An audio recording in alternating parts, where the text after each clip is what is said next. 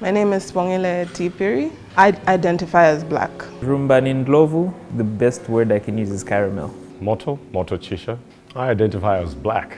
My name's Natasha, both coloured and black. Lorenzo Claxton, it's mixed ethnicity. I am equal to the white man. I'm just as good as that guy, or in some things I'm better. White was pure, white was better, white was beautiful. For me, that's a problem. What was given prevalence was whiteness. Look beyond the color and see people for who they are. Definitely thought at some point lighter skin was better. When do you ever get to reach a point where you say, you are equal to me? It is what it is. I think it's something that I still struggle with today. We place them at a level of superiority. Just automatically, if I walked into a room, the first person I would think was the intelligent one was the white guy.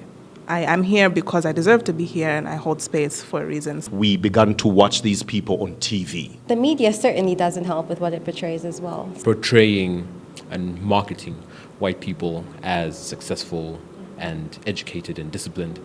Another challenge comes in. Allow myself to think, you know what, I'm just as good.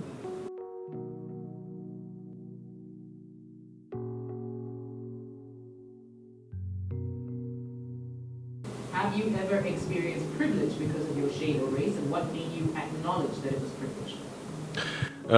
I experienced it today because Lorenzo came back and said, yeah, I mean, it was a good interview, you know. It's strange that, I have to say that I am Zambian, because he made that particular statement that I am Zambian, which I did not really have to make.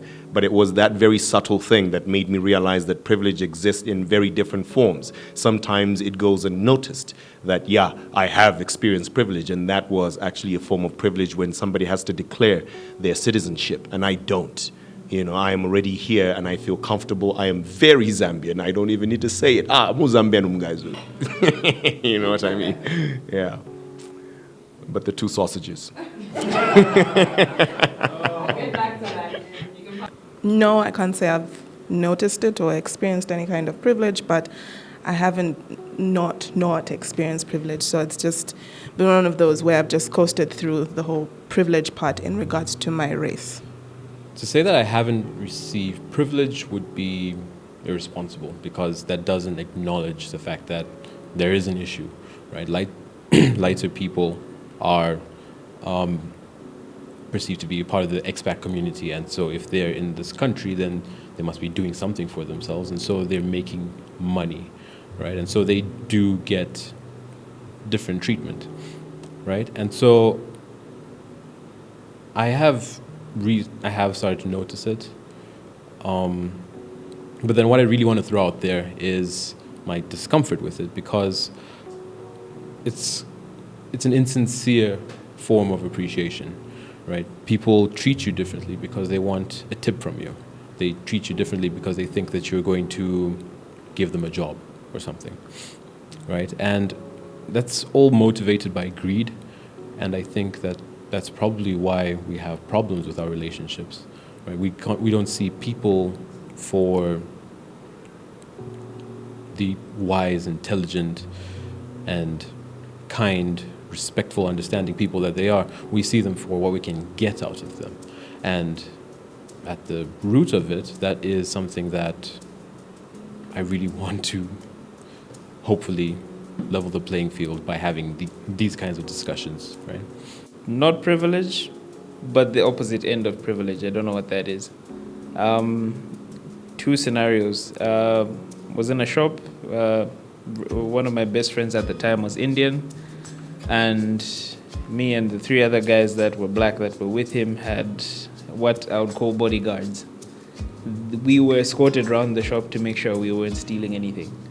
Another scenario, in one of the shops, enter somebody of lighter skin is treated better, and when I get there, everything drops and attitude comes out and everything goes south. The only time that situation was mitigated was when I greeted the person and asked them how their day was, and then the face came back to regular, but not as cheerful as it was with the white person there. So not privilege per se. I guess privilege would have been where in a group of friends, people said I was the cutest because of my complexion. I guess that's the only privilege. What a privilege, nigga. Oh yeah, definitely. I do experience privilege every day in the workplace, out there in the shops, like you said. Going into a store and standing behind you and being attended to differently because I'm a lighter skin tone.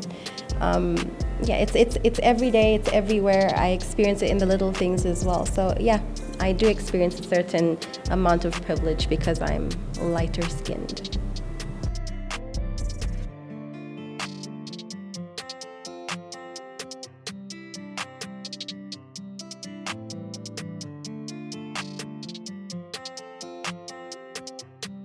Definitely.